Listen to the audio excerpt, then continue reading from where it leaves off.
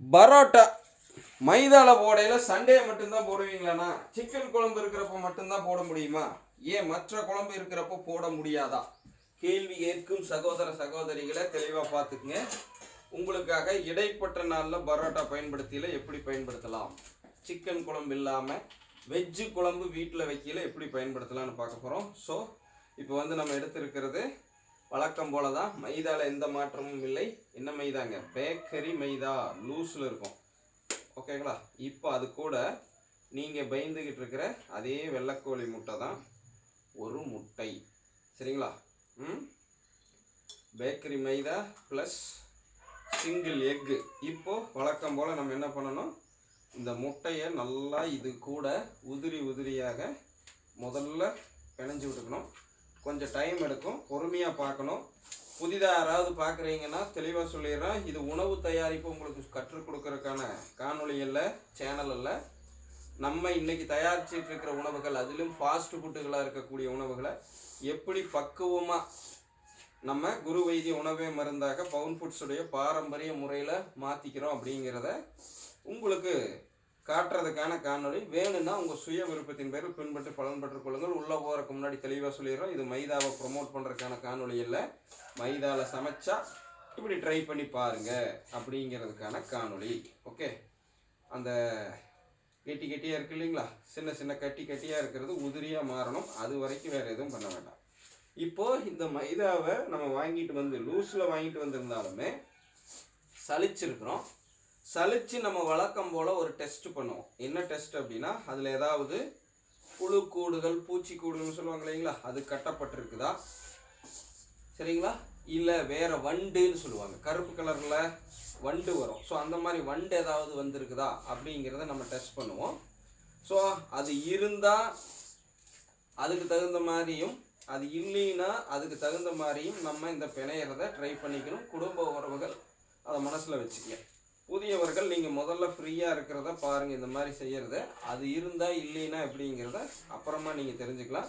ஏன்னா இதை முதல்ல நீங்கள் பயன்படுத்தி பலன் பெற்றுட்டு வந்தால் தான் அதிலோட அர்த்தம் உங்களுக்கு புரியும், ஏன்னு அப்போ தெளிவு கிடைக்கும். ஸோ எடுத்துந்தி புதியவர்கள் அதுக்கு வர வேண்டாம். குடும்ப உறவுகள் தெளிவாக பார்த்துக்குங்க. நீங்கள் சலிக்கிறப்போ உங்களுக்கு வண்டு வருதா, அதாவது கருப்பு கலரில் வண்டு வருதா, இல்லை புழுக்கூடு இருக்குதா, இல்லை சில மாவு வந்து லாஸ்ட்டு சலிச்சு நிற்கல சின்ன புருடாக நிற்கிதா அப்படிங்கிறத கன்ஃபார்ம் பண்ணிவிட்டு வழக்கம் போல் நீங்கள் தொடர்பு கொள்ளுங்கள். உங்களுக்கு நம்ம பார்த்துக்கலாம். ஓகே, இப்போ நான் எல்லாத்தையும் உடச்சி விட்டாச்சு.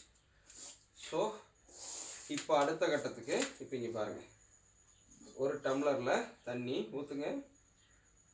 ஸோ 3/4 டம்ளர் போதும். இது கூட நாட்டு ரக கல்லுப்பு வறுத்து பொடி பண்ணது இரும்பு கடாயில் போட்டுருங்க. இந்த கல்லுப்பை முதல்ல கரைக்கிறோம், நல்லா நோட் பண்ணிக்கங்க. சோடியம் குளோரைடு வித் H2O, அதாவது தண்ணீரில் நம்ம பயன்படுத்துகிற உப்பு. அதுக்கப்புறம் வந்து பார்த்திங்கன்னா அயன் ஃபோலிக் நிறைந்த கண்ட்ரி சுகர், சரிங்களா, சுகர் கேன் சுகர். இப்போ நம்ம கரும்பு சர்க்கரை, நாட்டு சர்க்கரைன்னு சொல்லுவாங்கள்ல அது. ஸோ இப்போ அதை ரெண்டையும் கலக்கியாச்சு. குடும்ப உறவுகள் இந்த இடத்துல அந்த ஃபஸ்ட்டு பிரச்சனை கேட்டவங்க, நான் அது என்ன பிரச்சனைன்னு கேட்டவங்களுக்கு டேக் பண்ணுறேன். சுக்கு இந்த இடத்துல போட்டு நல்லா கலக்கி விட்டுருங்க. சுக்கு இன்னும் வந்து இந்த மாவு வந்து எனக்கு எப்படி சொல்கிறது, ரொம்ப நேரம் புளிக்க வைக்க டைம் இல்லை, ஜீரணத்தில் இன்னும் நிறைய பிரச்சனை பண்ணுது அப்படிங்கிறவங்க இந்த தண்ணிக்கு பதிலாக நம்ம பழைய சோறு செஞ்சு அதில் புளி தண்ணீர் 1 அப்படின்னு எடுப்போம். அந்த புளி தண்ணீர் 1ல் இதெல்லாம் கலக்கி பயன்படுத்திக்கங்க. வேறு லெவலில் இருக்கும், சீக்கிரம் புளிக்கும். மற்றபடி எப்படி சொல்கிறதுக்கு, பஞ்சு மாதிரி வரும், ரொம்ப பஞ்சு மாதிரி வரும். ஆனால் சீக்கிரம் செஞ்சிடணும்.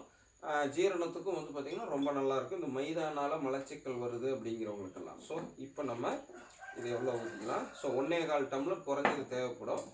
இப்போ ஊற்றுங்க. ஏற்கனவே 3/4 டம்ளர் தான் ஊற்றிக்கிங்க. போதும். எதுக்கு பார்த்துட்டு ஊற்றிக்கலாம். ஒரு 1/4 டம்ளர் நம்ம வச்சுக்கலாம், சரிங்களா. 1/4 டம்ளர் கரெக்டாக 1/2 கிலோ பேக்கரி மைதாக்கு ஒரு முட்டை போட்டதுக்கு அப்புறம் தேவைப்படும். நல்லா நோட் பண்ணிக்கங்க. உங்களுக்கு எப்படிங்கிறத பாருங்கள். இப்போது இதில் இந்த வரவரப்பு இருக்கிறப்பவே கொஞ்சம் கொடுங்க, எண்ணெய் எடுத்துக்கோங்க.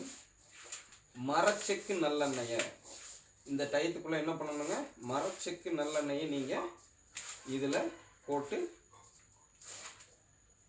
இந்த தண்ணியாக இருக்கிறது மறையிறதுக்கு முன்னாடி, அதாவது பூராமே அந்த மாதிரி மாவாக மாறுறதுக்கு முன்னாடி இந்த உதிரி உதிரியாக இருக்கும் பாருங்க, அப்போவே வந்து கொஞ்சம் ஊற்றணும்.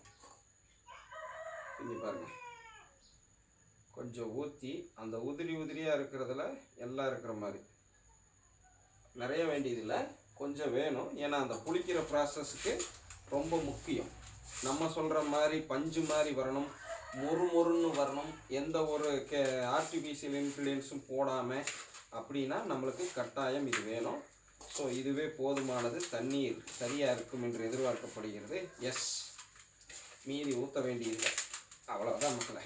ஸோ இனி வந்து நம்ம ஆசனத்தை பயன்படுத்தி அமுத்தணும் அப்படின்னா வேற லெவலில் என்ன ஆகி கிடைக்கும், உங்களுக்கு மராட்டா மாவு தயாராகிடும். ஸோ இப்போ சமணங்கால் பார்த்தீங்க. இனி அடுத்து இங்கே பாருங்க, இந்த மாதிரி ஆசனம். ஓகே, ஒவ்வொன்றிலையும் பேர் எல்லாம் விளக்கிட்டு இருக்க முடியாது, ஆசனத்தை மட்டும் நோட் பண்ணிக்கங்க குடும்ப உறவுகள். ஓகே, இப்போ இதில் நார்மலாக உட்கார்ந்து மூச்சு விடுற பயிற்சி மட்டும்தான் நீங்கள் பார்த்துருப்பீங்க. கேள்வி கேட்ட சகோதரிகள் நல்லா பார்த்துக்குங்க. இப்போ உங்களுக்கு இதில் வந்து உடற்பயிற்சியே தர்றேன், அதாவது குரு வித்தையே தர்றேன். நீங்கள் தனியாக போய் ஒரு ஒர்க் அவுட்டுக்கு டைம் வேஸ்ட் பண்ண வேண்டிய அவசியம் இல்லை. பெண்கள் நல்லா பார்த்துக்குங்க சகோதரிகளை. இப்போ நீங்கள் வாழ்ந்துக்கிட்டு இருக்கிற வாழ்க்கையிலேயே நம்ம குரு வைத்திய வாழ்வியலுக்கான டிப்ஸை உள்ளே புகுத்துனீங்கன்னா ஏகதேச ஒர்க் அவுட் கிடைச்சிரும். ஒபிசிட்டி பிரச்சனை வராது, மூட்டு பிரச்சனை வராது, மலச்சிக்கல் வராது, பைல்ஸ் வராது. ஸோ ஏன்னா அதற்கான உடல் உழைப்பை நீங்கள் கொடுத்துட்றீங்க. இன்றைக்கி நீங்கள் எல்லாம் கார்பரேட் அடிமையாக இருந்து இதுக்கு ஒரு மிஷின் இருக்குதுங்கிறாங்க, எல்லாம் உடச்சி போட்டால் அது வாட்டுன்னு வந்துடுங்கிறாங்க. இது மீறி போனால் உங்களுக்கு ஒரு 10 நிமிஷம்தான், ரொம்பக்குள்ள டைம் எடுக்காது. நான் உங்களுக்கு எக்ஸ்பிளைன் பண்ணுறதுனால தான் கொஞ்சம் டைம். நான்லாம் பிணையணும் அப்படின்னு எடுத்து வச்சேன்னா மேக்ஸிமம் 7 நிமிஷத்துக்குள்ளே முடிச்சு தூக்கி எறிஞ்சிட்டு போயிட்டே இருப்பேன். விசர்றது அப்படி தான், ஒரு 1/4 மணி நேரத்துலேருந்து 20 நிமிஷம் டக்குன்னு. இப்போ இந்த 1/2 கிலோ மைதா மாவுக்கு, பேக்கரி மைதா மாவுக்கு 1/2 கிலோவுக்கு குறைஞ்சது 12, சரிங்களா? 12 பரோட்டா வீட்டு இதில் வர்ற மாதிரி நம்ம சுட்டு எடுத்தோம்னா கரெக்டாக 12 அணம் தான் வரும். ஸோ 12 அணத்துக்கு மேலே நம்ம எடுத்தோம்னா ரொம்ப சிறுசாக போயிடும். ஸோ 2 பேர் உள்ள வீட்டுக்கு, அதாவது ஈக்குவல் ஏஜில் இருப்பாங்க இல்லைங்களா, கணவன் மனைவி இருக்கிறவங்களுக்கு ஒரு நேரத்துக்கு சரியாக இருக்கும். இல்லை வயசானவங்க இவங்க இருந்தாங்கன்னா கொஞ்சம் மிச்சம் கூட இருக்கும். ஓகேங்களா? ஸோ இப்போ நம்ம என்ன பண்ணுறோன்னா பிணைஞ்சு வச்சுட்டோம். இப்போ இந்த ஆசனத்தில் ஆப்போசிட்டும் போட்டுக்கணும். அடுத்து ஃபைனலாக இதை ஃபினிஷிங் பண்ணுறதுக்கு இங்கே பாருங்க, இப்படி வீரமண்டி கொஞ்சம் எண்ணெய் கொடுங்க. இந்த வீரமண்டியில் உட்காந்து 2 கையிலையும் தேய்ச்சிக்குங்க. இங்கே பாருங்க, ஃபைனல். இப்போ 2 ஷோல்டருக்கும் 4 ஆர்ம்ஸுக்கும், சரிங்களா, மணிக்கட்டு, ஃபிங்கரு, இங்கே இருக்கிற எல்லா எலும்பு மஞ்சைக்கும் அப்படி ஒரு ஒர்க் அவுட் கிடைக்கும். ஸோ காலையில் வெறும் வயிற்றுல தண்ணியை குடிச்சிட்டு மலஞ்சலமெல்லாம் கழிச்சிட்டு இப்போ நம்ம குரு வித்தை பயிற்சியை தொடங்குறதுக்கு முன்னாடியே இதில் நம்ம என்ன பண்ணுறோங்க, ஃபினிஷ் பண்ணிக்கிறோம். ஸோ வேறு லெவலில் நம்மளுக்கு ஒர்க் அவுட்டு மேட்ச்சு, பதார்த்தத்துக்கு பதார்த்தம் ஆச்சு. அது பவுன் பொட்ஸுடைய பாரம்பரிய முறையிலான ஃபாஸ்ட் ஃபுட்டு, சாதாரணம் இல்லை என்னங்க, பாரம்பரிய முறையிலான ஃபாஸ்ட் ஃபுட்டு. இப்போ உங்களுக்கு அருமையாக மாவு பிணைஞ்சாச்சு. இப்போ கொஞ்சம் எண்ணெய் ஊற்றுங்க, நிறைய ஊற்றுங்க. கீழே கொஞ்சம் தொடச்சி விட்ருங்க, மேலே கொஞ்சம் தொடச்சி விட்ருங்க. மரச்செக்கு நல்லெண்ணெய் தான், வேற இல்லை, நல்லா நோட் பண்ணிக்கங்க. பியூர் பிளாக் சீசேம் ஆயில் அல்லது ஜிஞ்சில்லி ஆயில் எப்படி வேணாலும் எடுத்துக்கங்க. ஸோ இப்போ இதை வச்சுட்டு இட்லி துணி இருக்கும் இல்லைங்களா, அதை போட்டு மூடி 1 2 ஈரத்துணி பியூர் ஒயிட் வெட் காட்டன் மேலே போட்டிருக்கோம், தட்டுத்தடுங்க.